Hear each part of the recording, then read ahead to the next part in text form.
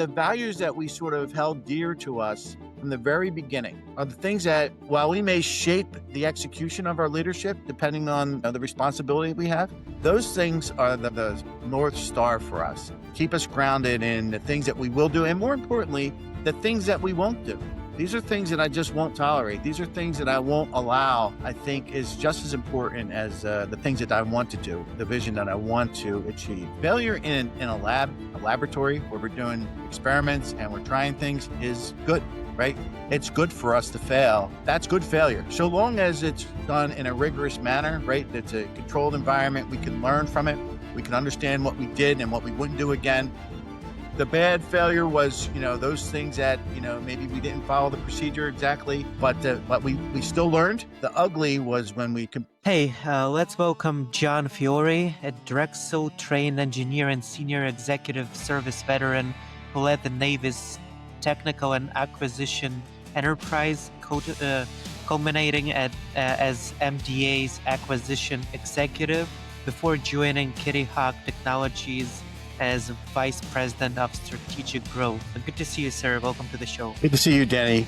Honored to be here. Absolutely.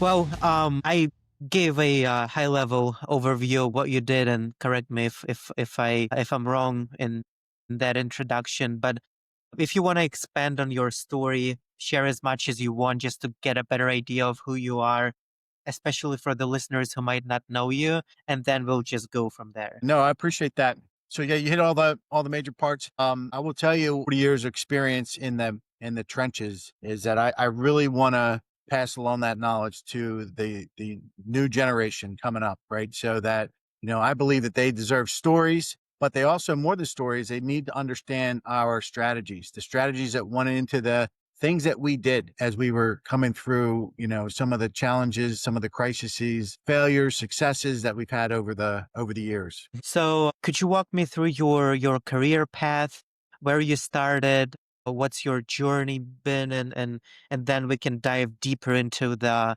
advice that you can share with the listeners. Sure. So, like you said, graduated from Drexel University in Philadelphia, Pennsylvania. There I got my bachelor's and master's degree in electrical engineering, got married, started my career at the Philadelphia Naval Shipyard. That particular facility is no longer there. It was bracked and went away. From there, I went over to Philadelphia as a Naval Surface Warfare Center employee. I worked on gas turbines, and then I wanted to make a larger contribution, so I came to DC. From there, worked in the combat system for Aegis and did a number of things there. Went to a couple other programs. Went a small stint in the intelligence community at National Geospatial Intelligence Agency. Went back to the Navy. Went to Missile Defense Agency as the chief engineer for Aegis BMD during some pretty interesting times, and then from there, I became the technical director or the executive director of Naval Surface Warfare Center in Dahlgren. That's a Navy laboratory, about 10,000 people in that laboratory. And from there, I went to the Missile Defense Agency. And yeah, would you do it the same way if you would to restart your life from your teenage years? Would you do anything differently about your career? I think there's always, I think, there was things I would do differently for sure. I mean, but I appreciate every single step of the career that I did take, right?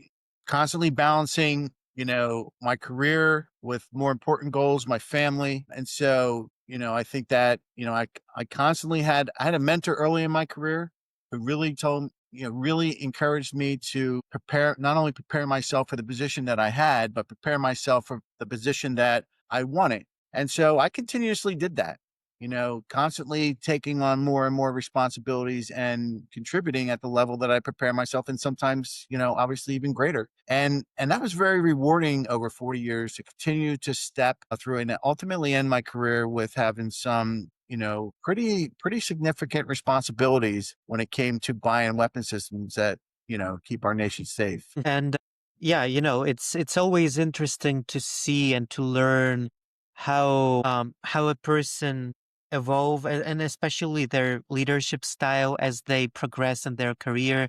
It looks like you've started at some point, and now you grew all the way to where you are now, being the vice president vice president. How did your leadership style evolve over the years?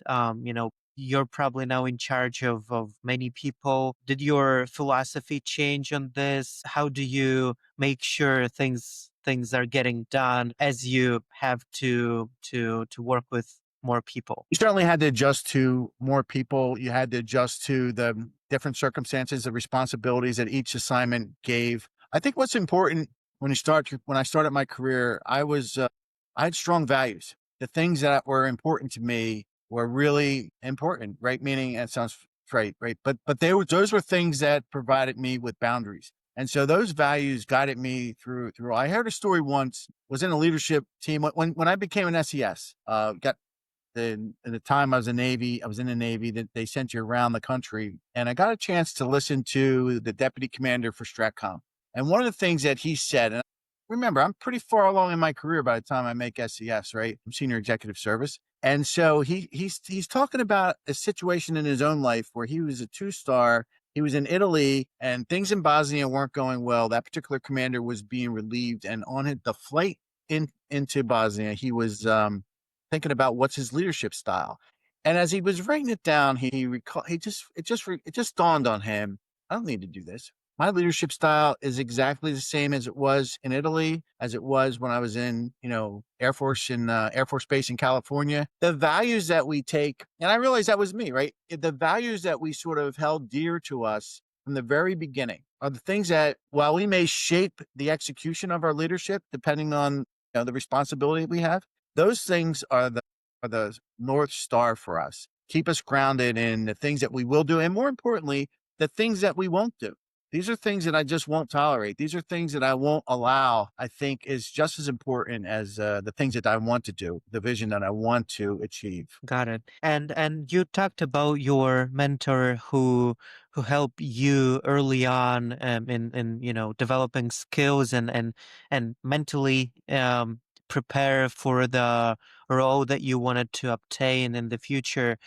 It seems like mentorship played a huge role in your career, in your life. Would you say so? And did you also become a mentor to other people as you went along with your career? Yeah, I would say that mentorship was huge in my life. My first mentor, who talked to me about preparing myself to make the contribution I wanted, he drew a big chart, right? All the things that I had already done and all the things that I needed to do if I wanted to get where I wanted to go. And so helped me to sort of think through the strategically what assignments I needed to go after. So that was huge. I collected mentors throughout my career. I have a lot of them now. I'd have to sit down and count them, but every new challenge, I collected mentors. I surrounded myself with people who took an interest in me and were interested in my success and my ability to contribute. But yes, the answer to the second question, did I become a mentor? Yeah, I did. I balance mentorship and coaching. I think they're two, a lot of times they're lumped together as a single entity. I believe that mentorship I took very, very seriously. Those were folks who, you're actively involved in understanding, their skills that they have, understanding where they want to go. And you're in a position, especially as you get more senior, in placing folks in other positions that will give them the skills and the knowledge and abilities that they need to get to where they're going. But for the most part, but there's also a large community of folks who really need to be coached, right? That's where you actively listen, as you ask important questions that sort of tease out of them, their ability to sort of think through the problem. I would say probably, if I had to guess, 70-30 coaching. I've coached my whole career. I'm just right now actively looking to be certified as a coach. But still, it's the concept that I think is you got to use both of those to grow the next generation. Everybody doesn't want to be mentored, right? You tell them, look, I think you need to go be the deputy, or you need to go be a department head here, and they don't want that. And so you kind of have to figure that out. Very early in my executive career, I started having open door time. And that was really just 2 hours a week where we would block it off, where anybody could come and see me about anything. And, we had to work through some of the logistics initially, because when, when they would be on my calendar, everybody could see my calendar. And then their boss would ask them, "What are you doing?" Going to see John Fiore. And they would stop. So I made those appointments private, or you could just walk by my office and come right in. So that was important. And it gave me an opportunity to really get to know folks and to really kind of assess whether they wanted mentoring or coaching. And, we would accommodate depending on what they really wanted.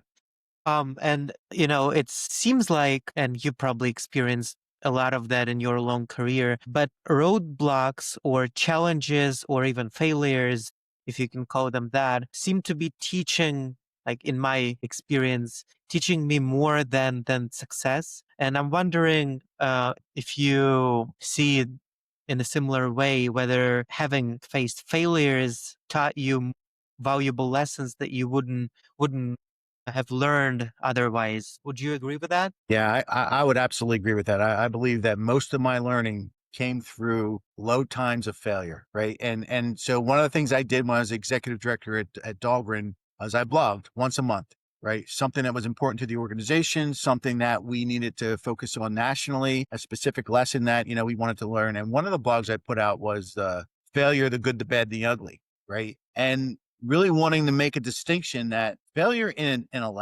laboratory where we're doing experiments and we're trying things is good, right?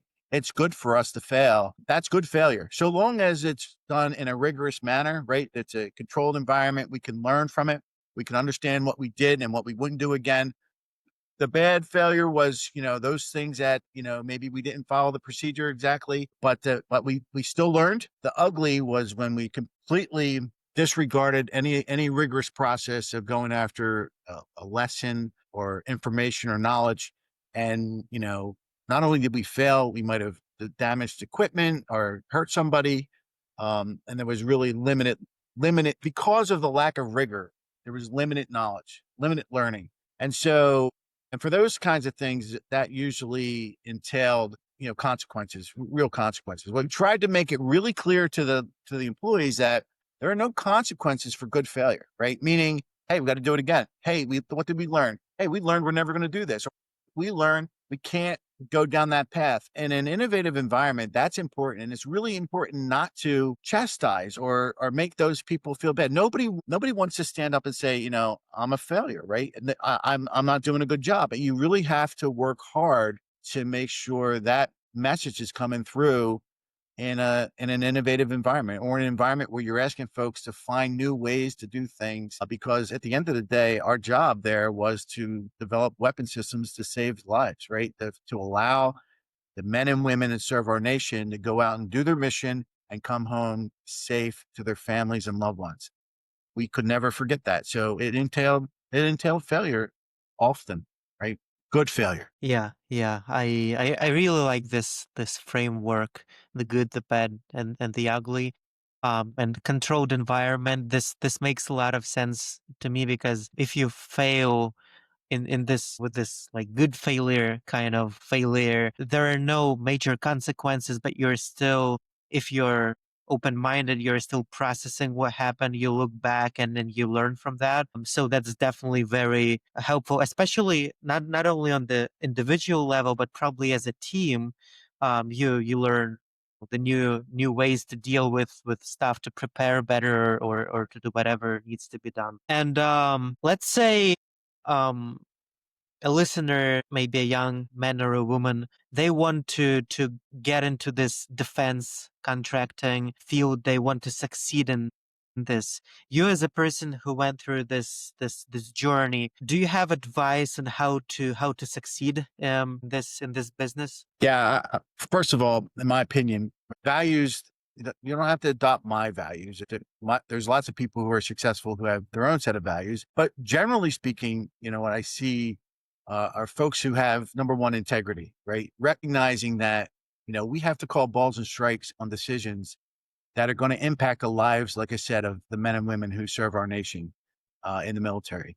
And so, look, no matter what the topic is, you have to tell leadership, your peers, what you think is the truth, right? It's important, right? And the second thing is urgency. A sense of urgency, I think, is a lot of times missing, right? Hey, we got all the time in the world. We could take as long as we need to. It's important.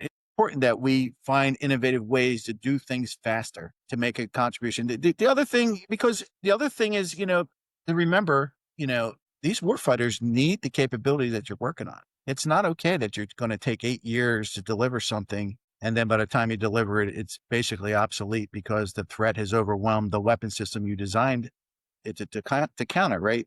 And so that sense of urgency is important. I think the other thing I recommend, we all say the word innovation. I like to use the word imagination, right? Imagination is what I was always looking for, right?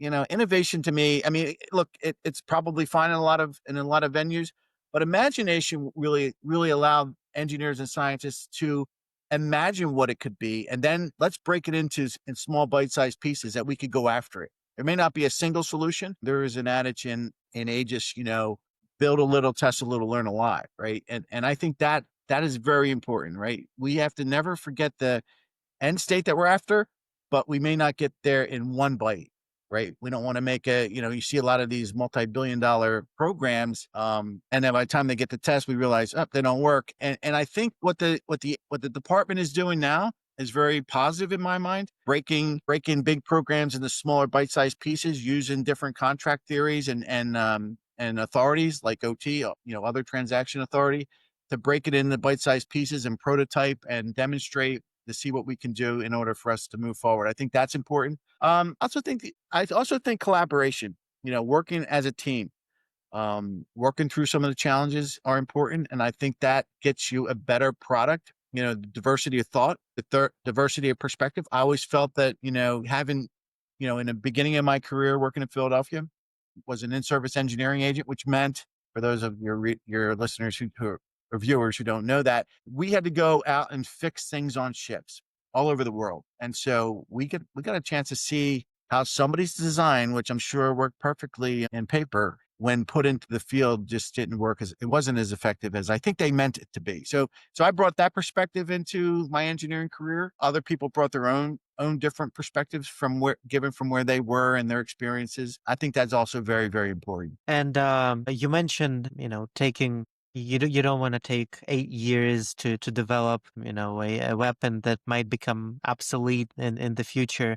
But how do you almost predict how the battlefield will look like before you design and manufacture this new system, especially when it comes to AI? Did you already see significant changes in the technology and how it will affect the battlefield in the future? Or what's your experience with that? Yeah, I mean, from the time I graduated in 1988 to the time I retired in 2025, technology had changed. AI is the latest, right? That's the latest issue. We were looking at AI a few years ago. All I would say is, no matter what the technology is, engineers are going to try and figure out how to take advantage of that and implement it in a safe manner, right? I think lots of ideas. We brought partners in academia into the lab when AI was first starting to come about. One of the things we worried about and tried to figure out a test mechanism to go after with AI was, how do I test it to make sure it's safe, right? Because, if I got an algorithm that theoretically can continue to learn and changes the boundaries, it's very difficult from a weapon system design perspective to make sure it is operational operating in a safe manner. So brought in a lot of experts to help us through that. There were a lot of techniques that were used in coming up with that. So, but I think the other question, how do we sort of assess our capability in a battlefield? First of all, we would start with the threat. Always the threat. Always understand what the enemy's abilities are, right? Because ultimately your weapon system's got to work against that. The other thing is, trying to work on concepts like open systems, an architecture that would allow us to move quickly, not only in the algorithms that were necessary to go after additional threats as they came about, but also put in, from a kill chain perspective, the tech control engage. How do I plug in? I hate to use the word plug because it's more complicated than that, but how do I integrate in along that kill chain new capability in whether it's sensing, the C2 piece, or where you're determining what the lethal target is and engaging it, right? And so over my career, we went from only ever engaging, I should say, in kinetic kill to more passive and other means of taking out the threats. But you start with the threat, you go to concepts, you go to capability, and then you always end up in the warfighter integration part, making sure that it is useful in the hands of a warfighter. No sense in making it so complicated that a 19, 18, 19-year-old, sailor, Marine, airman, soldier can't use it. Do you think that AI would ever be responsible for certain decisions when it comes to the battlefield? I'm not a prognosticator in that area. It's not my area of expertise, but I absolutely, I mean, it's making decisions in a lot of areas. I do believe that it will eventually make a decision there. Right now, it's important that we, again, build a little, test a little, learn a lot. I wouldn't be comfortable with a full-fledged, let's turn everything over to an AI engine and get the person out of the loop. But I do think that, as a battle aid, as something that can supplement the abilities of the warfighter to make better decisions with massive amounts of information that they're subject to, I think that's very, very positive in my mind. It's just you're gonna have to, again, go back to your values, right? We want to deliver something that's responsible, that's effective, that's safe, right? And got a lot of really great people in this nation working on that. And so, yeah, I think, like every other technology that we've encountered, I don't see that this one will be kept out of that arena moving forward. Well, we already know it's not been kept out, and it is coming in, but rely on folks to, like I said, make sure it's safe and effective and partners with the warfighter. Well, before we wrap up the episode, I want to let you share the final word with the viewers, with the listeners. Maybe something you want to emphasize on, or something that we haven't had a chance to talk about. Feel free to put it out there. Yeah, well, thank you. Yeah, I would say this. My passion is with the next generation executives, those folks who want to make a contribution at that level. That's a very important level, and I think that that is really where I spend a lot of my time working with folks. Whether they get to me through LinkedIn or other ways. Always happy to talk to them and give them the benefit of the mistakes, the failures that I've experienced, um, to help them to get to where they need to be. Really, make sure you're preparing yourself to take on the responsibility, not just the responsibility you have, but the responsibility that you want to have. Make sure you have the skills, knowledge, and abilities to do that. That's where my passion lies. And really, because this nation needs a new set of executives, right? A lot of the folks I've worked with for years are retiring, and it's important to have somebody replace people that replace us. Thank you for joining the show today, for sharing your stories and advice. Thank you for what you're doing, and good luck with the continuation of your career. And yeah, great time today. Thank you, sir. Thank you, Danny. Have a good evening.